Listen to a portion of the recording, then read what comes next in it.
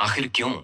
अपने ही पुत्र पर ऋषि को आया अत्यंत क्रोध कि ऋषि वत्स ने स्वयं के ही पुत्र को श्रापित कर दिया। कहते हैं ना, शक्ति का वास्तविक मूल्य तभी होता है जब उसमें विनम्रता हो। अहंकार किसी भी मनुष्य को पतन की ओर ले जा सकता है, लेकिन सच्चे हृदय से किया गया पश्चाताप हमें सही मार्ग पर वापस ला सकता है। प्राचीन समय में एक महान ऋषि महर्षि वत्स अपने ज्ञान और तपस्या के लिए प्रसिद्ध थे। उनका एक पुत्र था सूर्यकांत, जो अत्यंत प्रतिभाशाली था। सूर्यकांत में भी अपने पिता की भांति अपार शक्ति थी, लेकिन समय के साथ साथ उसमें अहंकार धीरे धीरे घर करने लगा। वह अपनी मनमानी कर शक्तियों का दुरुपयोग करने लगा। पिता ने उसे कई बार चेताया, लेकिन वह अपने ज्ञान और शक्ति के मद में इतना चूर होता गया कि अपने ही पिता का अपमान करने लगा। महर्षि वत्स ने अपने पुत्र को वेद, उपनिषद और शास्त्रों का गूढ़ ज्ञान सिखाया।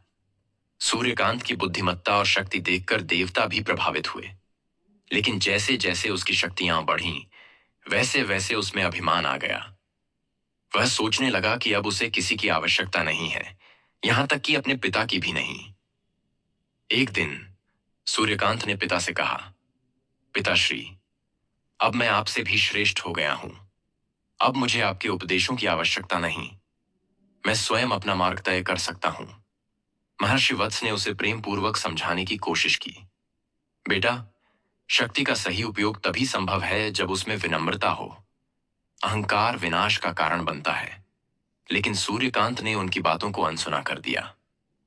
कुछ समय बाद सूर्यकांत ने अपने पिता के आश्रम में आए कुछ अन्य शिष्यों को चुनौती दी।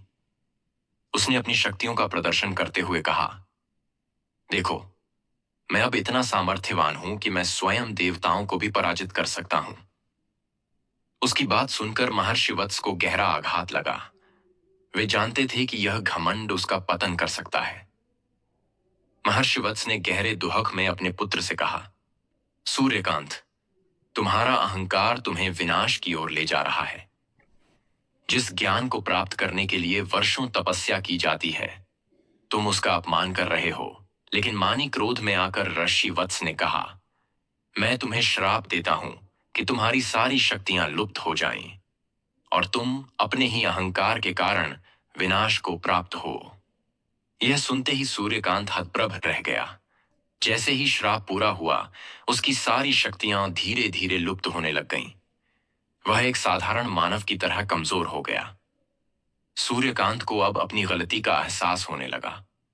वह रोते हुए अपने पिता के चरणों में गिर पड़ा और बोला, पिताश्री, मुझे क्षमा कर दीजिए।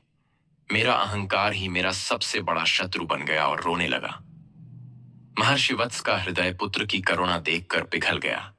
उन्होंने कहा, वत्स, श्राप को पूर्णतः समाप्त करना मेरे बस में नहीं है, लेकिन यदि तुम सच्चे मन से प्रायश्चित करोगे और लोगों की सेवा करोगे, तो धीरे धीरे तुम्हारी शक्तियां लौट आएंगी। इसके बाद सूर्यकांत ने